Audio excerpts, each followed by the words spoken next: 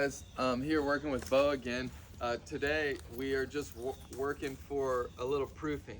So this is the hard part, the part that nobody really wants to do, but it's finishing a dog off. And I'm just gonna jog through about like maybe 5 minutes of obedience. The point here is that we're taking the dog to failure, and why we're doing that is because we want to see him and how he deals with pressure. He is e-collar trained, but for this particular part, I'm just going to use a tone of disapproval, and I'm going to use my hands a little bit. I'll use encouragement, and I'm going to use markers. The markers will be good or good boy and no. Come on, Beau. Good boy. Good boy. Thank you, buddy. Good. Beau, come. Beau, heel. Heel. Good. And sit up, please. Thank you. Good boy.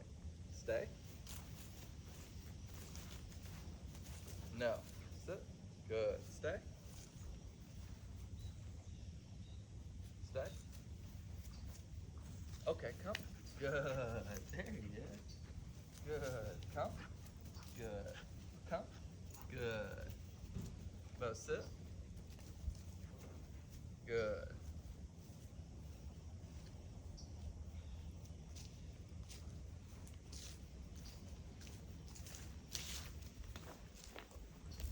No. Sit. Good. So every time I walk over to Beau, I'm gonna put my hand on his collar, take away his freedom, and no. Sit. And tuck his butt. If he knows better, then he'll just go ahead and fold into it. Lay down. Good boy. He was gonna lay anyways. Okay, come. Good. Beau, heel. Beau, heel. No, no. Beau, come. Beau. Beau, come. Good boy. Good. Good. Beau, come. Good. Beau, come. No. Good boy. Good boy. Come on. There he is. Beau, sit. Down. Good. No. Sit. Come. No. Getting into a little failure, a little overwork here. You can tell he's getting mouthy. Beau, sit. No. Sit. Good boy. I started to grab the tag on his collar because as soon as he feels overworked, he's going to do a couple of things. One is he's going to be mouthy and cheeky. He just rolled over. He was being playful on me. And then I grabbed his tag and he started being playful on my hand, and he started being playful with his mouth. The next thing he's going to start to do is try to elude me. So either I can let him win by telling him to do something like come, and he doesn't, and then I have to go try to track him down. I don't like doing that because he doesn't have a leash on right now, and I don't want to push him away, and I don't want to teach him that he can elude me. So I grab the tag on his collar, and I'm just going to do a little heel work with him. Heel.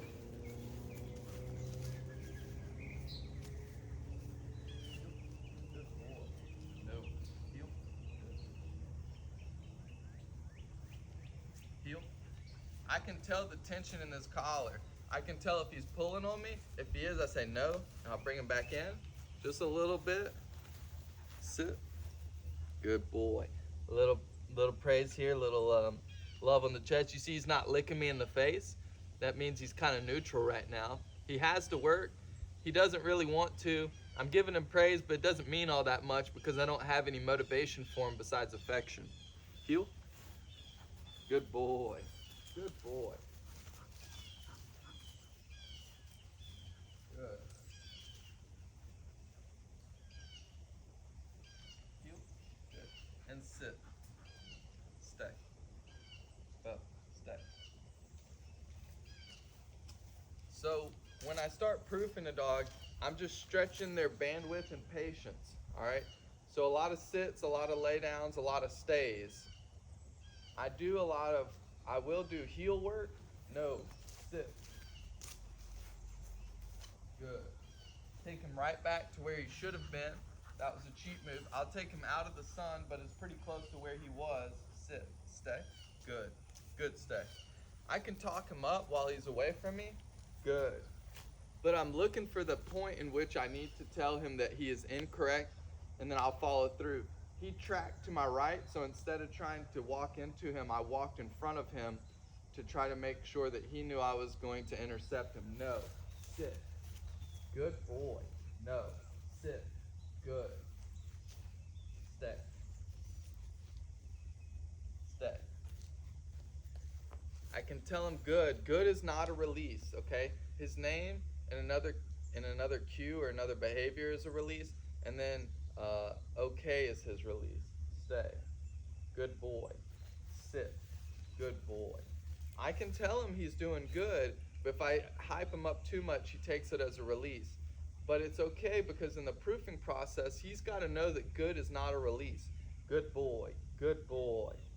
Good boy. And I'm waiting for him to pop, whether he's impatient or whether he's taking my praise for a release. Both of them are incorrect, and I have to let him know that I will follow through. I call it putting a dog on an island. I like to put him in a sit or a stay and a lay, and I like to test their patience. Maybe 2 or 3 minutes. It depends what the bandwidth of the dog is, but at the point of proofing, I'd at least like him to sit there for a minute or two at some point in the training proofing process before I have to say no or before I have to correct him. So I'm just looking to stretch him into failure. I want to recover as soon as possible after failure, and I don't want to let him slip and slide and squirm around on me. Okay, good boy. And I am looking to take success and not run into too much failure. Good boy, come here, Beau. Good boy. And I will praise him, but the whole point of the proofing process is to find failure and recover from it. So at this stage, I don't mind running into failure as much. In the beginning stages of training a dog, I'm looking to stretch success, so I don't want to run into failure too often because I want the dog to learn and him be in a good headspace.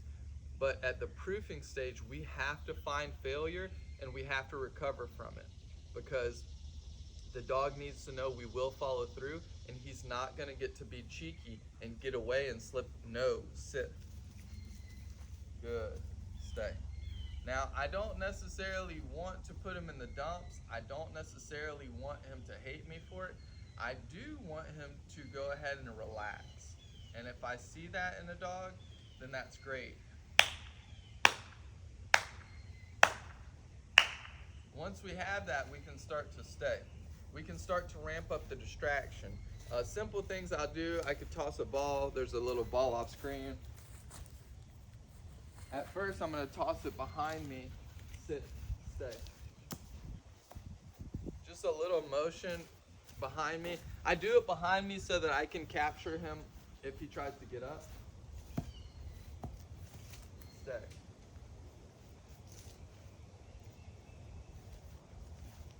I do circles around him.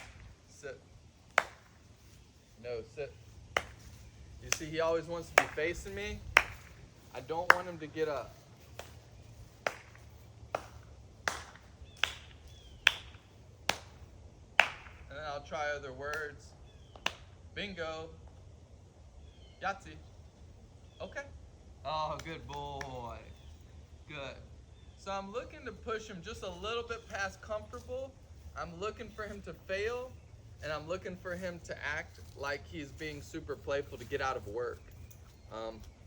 All those will result in a ton of disapproval and me following through. Either I'll correct him on a slip lead, I'll correct him on a long lead, I'll correct him on an e-collar, or in this particular training session, I just used a ton of disapproval, and I was going to put my hands on him to resolve, but I didn't necessarily need to because he resolved that issue already, and it's because we've already gone through this in the past, but today was a little bit of a refresher, and since he's been back home with his family. So hopefully this makes sense. Let me know if you guys need any help, and I'll see you guys on the next video.